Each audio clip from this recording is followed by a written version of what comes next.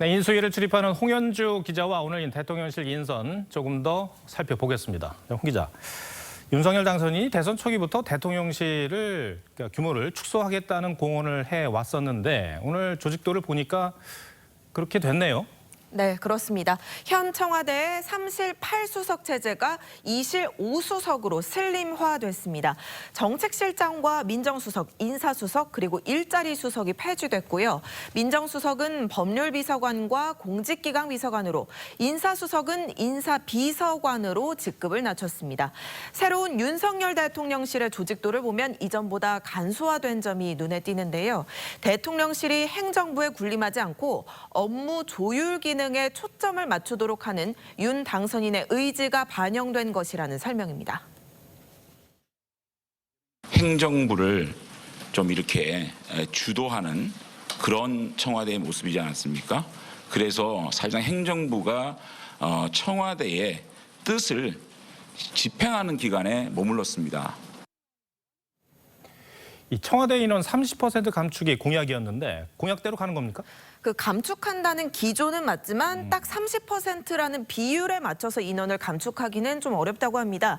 보통 청와대 인원을 400여 명 정도로 보는데요. 비서관 1명만 줄여도 연쇄적으로 따라오는 변수가 많기 때문에 이 조직 개편부터 상당히 난항이라고 합니다.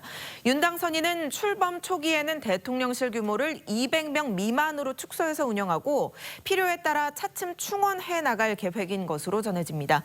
특히 영부인을 수행하는 제2부속실을 폐지하고 부속실을 하나만 두겠다는 공약은 지킬 예정이라고 합니다. 역할이 커지는 분야도 있더라고요. 이제 시민사회 수석인데 이분은 이제 그 내용 면에서 더 이제 조직이 커지는 거죠, 앞으로. 예, 그렇습니다. 170석에 육박하는 거대 야당을 둔 여소야대 정국임을 감안한 조치로 풀이됩니다. 강승규 시민사회 수석 내정자의 산하에는 국민통합과 시민소통, 종교다문화, 국민제안, 디지털소통 이렇게 기존보다 2명 늘어난 비서관 5명이 활동할 예정입니다.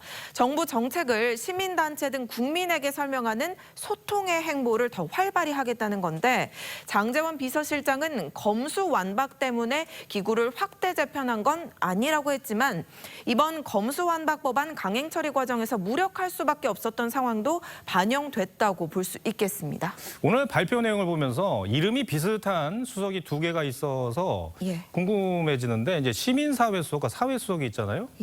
근데 어떤 역할, 그러니까 역할이 어떻게 다른지 간략하게 좀 시청자들에게 설명을 해주시죠. 예, 먼저 시민사회 수석은 노무현 정부에서 신설이 돼서 문재인 현 대통령이 당시 수석을 맡기도 했습니다. 주로 사회 갈등을 조정하는 업무를 하고요. 반면 사회 수석의 경우는 교육이나 문화, 복지 등 다양한 사회 정책을 추진하는 그런 역할을 다룹니다. 알겠습니다. 자, 홍 기자, 청문회 얘기도 좀 해봐야 될 것 같아요. 내일부터 지금 청문회가 줄줄이 잡혀 있죠. 그렇습니다. 이른바 인사청문회 슈퍼위크가 내일부터 시작이 됩니다. 앞서 자료 제출 부실을 이유로 한 차례 미뤄졌던 한덕수 국무총리 후보자의 청문회가 내일 진행이 됩니다. 그리고 추경호, 박진, 원희룡, 한화진, 박보균 등 5명의 장관 후보자들이 동시에 검증대에 오릅니다. 검수완박 전국에 가려서 각 후보자 의혹이 충분히 부각되지 않았다고 보는 민주당, 아빠 찬스 의혹에 휩싸인 정호영 보건복지부 장관 후보자의 3일 청문회, 그리고 윤석열 당선인의 검찰 최측근 인사죠. 한동훈 법무부 장관 후보자의 4일 청문회에 특히 화력을 집중할 예정입니다.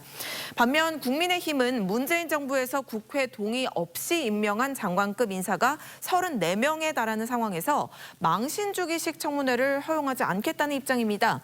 하지만 한덕수 총리 후보자의 경우 168석 민주당의 국회 인준 협조가 꼭 필요하기 때문에 의혹이 집중된 일부 후보자들의 낭만은 불가피할 것이다라는 관측도 나옵니다. 모든 후보자 청문회가 중요하고 관심이 가지만 특히 말씀하셨던 4일 한동훈 법무장관 후보자 청문회가 가장 관심사로 꼽히고 있죠. 네, 알겠습니다. 홍 기자, 잘 들었습니다.